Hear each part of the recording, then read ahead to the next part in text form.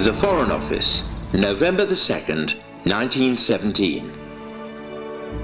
Dear Lord Rothschild, I have much pleasure in conveying to you, on behalf of His Majesty's Government, the following declaration of sympathy with Jewish Zionist aspirations, which has been submitted to and approved by the Cabinet.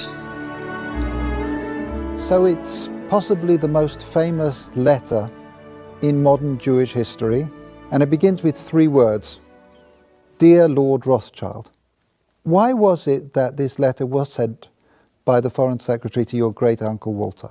It's an interesting question because he was really interested in ornithology, although he became interested in Zionism. I think the reason was this, that it was primarily a movement from Eastern Europe, but they didn't clarify who was in charge of that movement.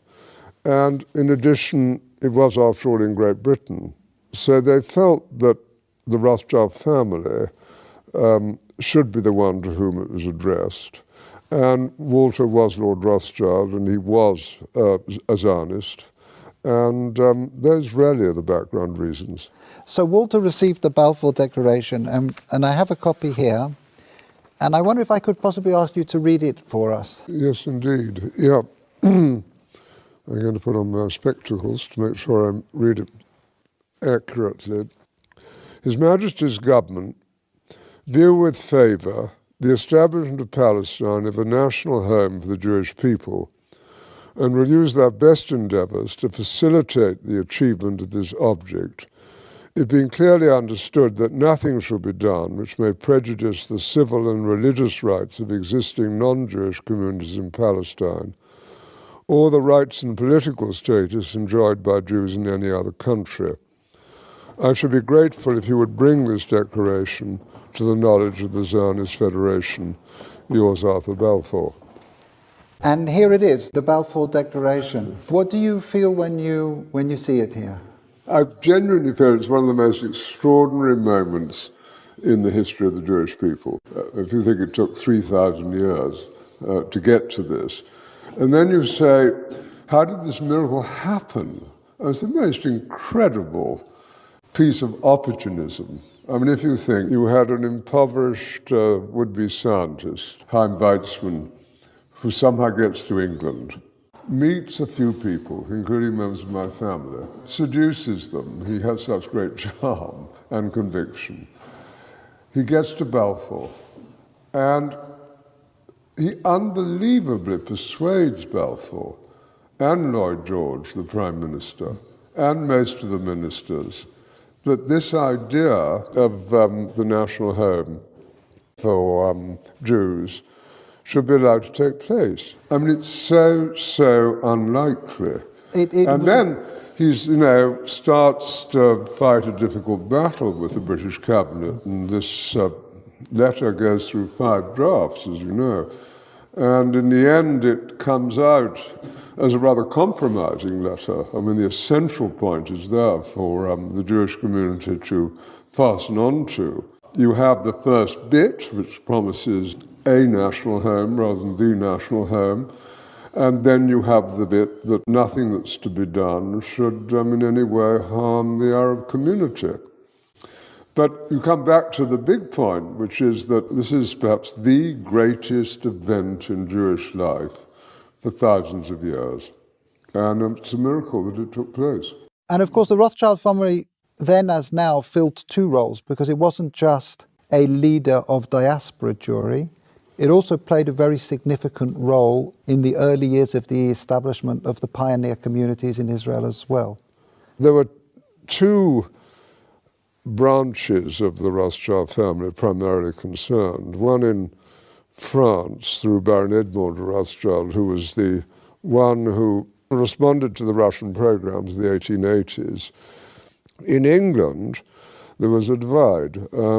Some of the Rothschilds, in particular Baron Edmond's son, James, known as Jimmy, had come from France, partly because of the Dreyfus case and his horror about what had happened, to live in England. He was educated at Cambridge University.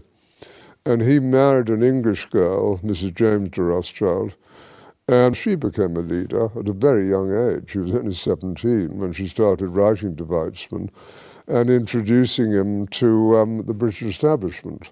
Other Rothschilds felt it was better to be assimilated into English life, and although they retained their interest in Judaism and Jewish life, they didn't think it was a good thing that this national home should be established in Israel. So it was something that divided my family, as with many other families.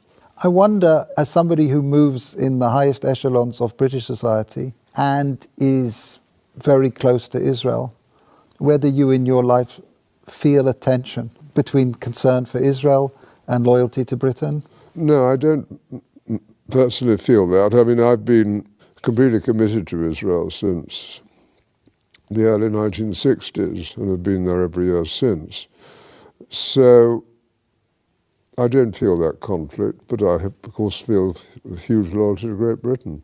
Just tell us a little bit more about Walter, the second Lord Rothschild, because he was an unusual and colourful character. He was a deeply eccentric man, but from a very early age his passion was collecting.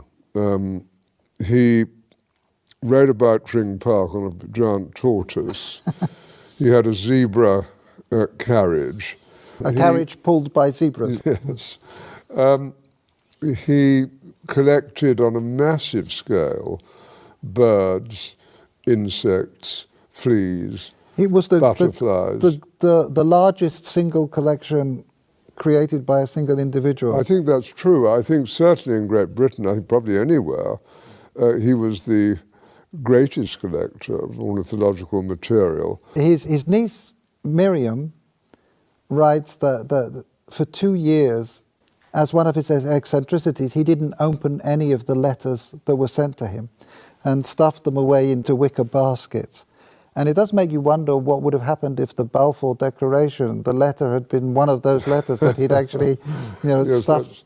That's true. At that stage, and it's very difficult to quite understand why, he had taken a deep interest in what was happening about the possible Balfour Declaration. So maybe those letters would have got to the top of his file. I just want to revisit for a moment your cousin Dorothy, who you mentioned, who at an extraordinarily young age, still in her teens, played such a critical role as a go-between and a facilitator for Chaim Weizmann. Can you say a little bit about Well, her? she married my cousin Jimmy when she was 17. So this is your cousin Dorothy, Dolly. Yep, Mrs. James de Rothschild. And from her teenage years onwards, she was a major supporter of Israel, wasn't she? Major supporter. I mean, she worshipped her husband, who'd been deeply committed, son of Baron Edmore.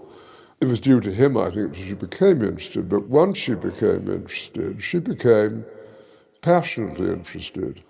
After his death, she became even more committed. She just wanted to carry out his wishes and what he cared deeply about. And then she had her own personality, a deeply good human being who was quite unselfish. She devoted herself to this place, to Israel, and to a few friends, and had a wonderful life.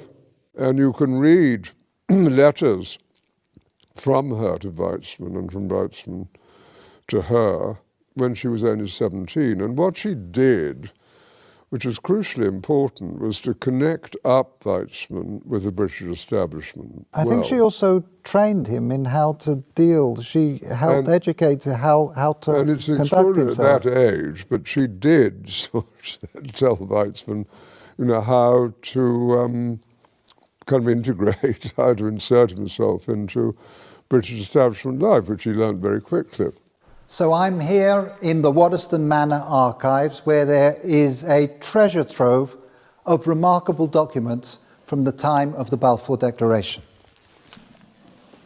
We have the correspondence here between the teenage Dorothy and her husband James, and it's really a love story. Here Dorothy is writing to James. She says, Jimmy, I thought I would not like one day to pass without giving you a piece of news you have never heard before. I love you. But of course their correspondence wasn't just romantic correspondence. Here we have detailed letters describing her dealings with Zionist leaders, her advice and her suggestions regarding the conferences of the Zionist movement. And here we have a letter that the young Dorothy, still not 20, sent to Dr. Chaim Weizmann, where she's talking about the meetings that she's arranged for him. And as we've heard, she was helpful in training and preparing him to enter into the highest echelons of British society to advance the cause of the Zionist movement.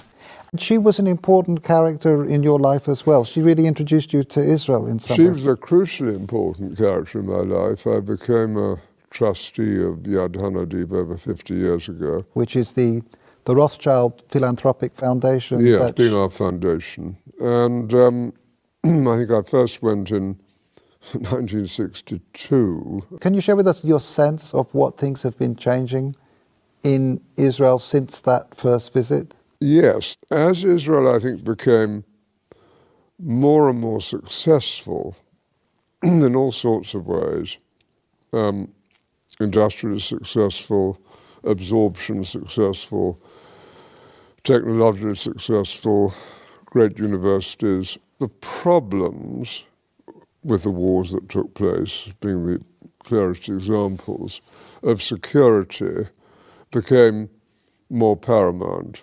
And so you did see a shift in Israel from kind of the liberal Western place that it had been in the early 60s to something of a very different character. And you also have a shift, of course, between communities in Israel. I mean, Israel is a patchwork of different immigrants from different countries. And you have the religious, you have the non-religious, you have a town like Tel Aviv, which is attractive to the kind of business community, to what I would call ordinary city life. And then you have Jerusalem, which remains a very religious city and full of conflict between Arab neighbors and itself. Those internal issues within the fabric of Israeli society are one of the main focuses of Yad Hanadiv. Can you mention just one or two of the projects that feel to you most significant? Yes, we do a great deal of work on education, a great deal of academic work. We keep going at Ramat Hanadiv, the garden where Baron Edmond was eventually buried. We're on the point of building the new National Library of Israel. I have two unexpected ones, perhaps. If you take the Orthodox community, it's important that they have employment. And we're trying to develop programs which it's possible for them to undertake. Similarly, you have a problem with Arab unemployment, and we set up jointly with the government employment centres to facilitate greater employment of Arabs within Israel. And so we're an active foundation trying to help with these fissures in Israeli life and to do some good. And we're sitting here looking forward to the 100th anniversary of this significant letter. If I can just ask you to think about the next centennial, 100 years' time, and just maybe share some of your hopes, your aspirations about where Israel will be. What does one hope for? One, of course, hopes for a peaceful relationship with Israel's neighbors, and that's going to be the most difficult matter of all to achieve. But even now you can see, with the disarray in the Middle East and the importance of relationships that Israel is developing, not only with Jordan, but also with Egypt and indeed with Saudi Arabia, even if they're not publicized because of the Sunni-Shiite war. There's hope. And I think if you take the need of Arab nations to have intelligence help, and if on the other hand you take compassion and generosity coming from Israel to Palestinian territories and its less fortunate neighbours, there are grounds for optimism. And I am an optimist.